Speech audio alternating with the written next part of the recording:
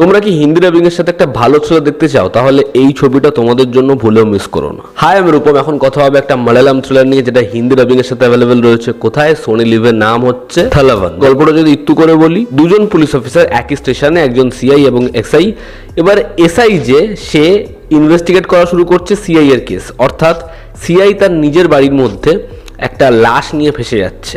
এবার এই দুজন পুলিশ অফিসারই কিন্তু ভীষণ অনেস্ট এবং নিজেদের কাজের জন্য বারবার সাসপেন্ড হয়, নাহলে ট্রান্সফার হয়। এবার এর পিছনে কে রয়েছে, কে কাকে ফাঁসি দিতে চায়, এর থেকে বেশি জানতে হলে তোমাকে 2 ঘন্টা 10 মিনিটের এই থ্রিলার সিনেমাটা দেখতে হবে।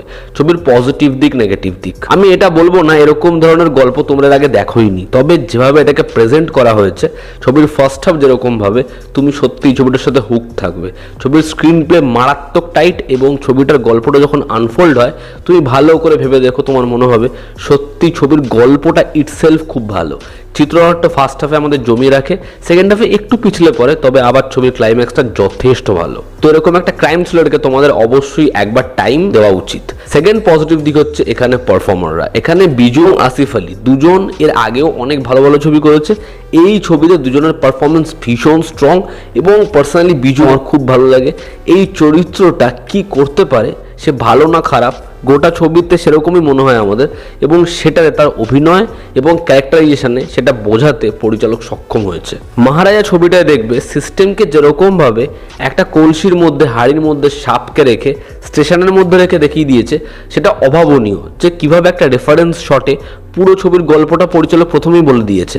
এই ছবির ক্ষেত্রেও সেরকমই একটা ইকুইপমেন্ট রয়েছে, যেটা ভীষণ স্ট্রং, এবং এতগুলো চরিত্র তাদের যেরকমভাবে শেড দেওয়া হয়েছে সেটা সত্যি আকর্ষণীয়। ছবির সংলাপ ভীষণ ভালো, এবং তোমরা যদি অরিজিনাল ল্যাঙ্গুয়েজে উইথ ইংলিশ সাবটাইটেল দেখো, তাহলে দেখবে সংলাপগুলো বেশ ভালোভাবে ওয়ার্ক করছে। ছবির ব্যাকগ্রাউন্ড স্কোর এবং ছবির যে ইন্ট্রোডাকশনটা, যখন একজন পুলিশ অফিসারই এই দুই অফিসারের গল্প বলা শুরু করবে এবং যেরকমভাবে ক্রেডিটটা উঠবে, সেটা ব্যাপক। ব্যাকগ্রাউন্ড স্কোর যেরকমভাবে কিছু কিছু সিকোয়েন্সকে তুলেছে, সেটা সত্যি প্রশংসনীয়। ছবির কালার টোন যেরকম ব্লুইশ এবং রেডিশ ব্যবহার করা হয়েছে, সেটাও ভালো লাগে। ছবির সিনেমাটিক যে অ্যাপ্রোচ, সেটা যথেষ্ট ভালো। এবং ছবিটা যেহেতু 2 ঘন্টা 10 মিনিটের, কোনো জায়গাতে আমাদের ইলংগেটেড মনে হয় না। ওভারঅল এই ছবিটা বেশ ভালো একটা থ্রিলার সিনেমা। তোমরা দেখো, তোমাদের ডেফিনেটলি ভালো লাগবে। এই ছবিটা তুমি মস্তি পাবে।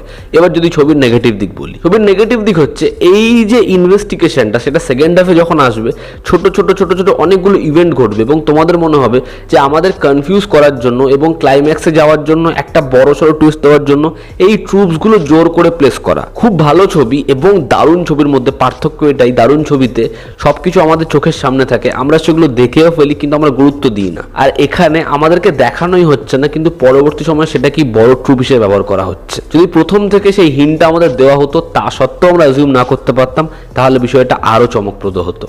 ছবির অ্যাকশন সিকোয়েন্স এবং ব্রুটালিটি সেটা আছে এবং সেটা ভালো, তবে সেটাকে আরো র ভাবে ইউজ করা যেতে পারতো, তাহলে ছবিটারও দগদগে হতো। এবং হিন্দি ডাবিং যদি দেখতেই হয় তাহলেই দেখো, আদারওয়াইজ হিন্দি ডাবিং খুবই অ্যাভারেজ। বাট ওভারঅল থালাভান একটা বেশ ভালো ছবি। যারা দেখেছো তোমাদের কেমন লেগেছে জানাও, আর এই ভিডিওটা ভালো লেগে থাকলে লাইক করো, শেয়ার করো, সাবস্ক্রাইব করো। আবার দেখা হচ্ছে, জনতা আমাদের পাশে আছে। Take care.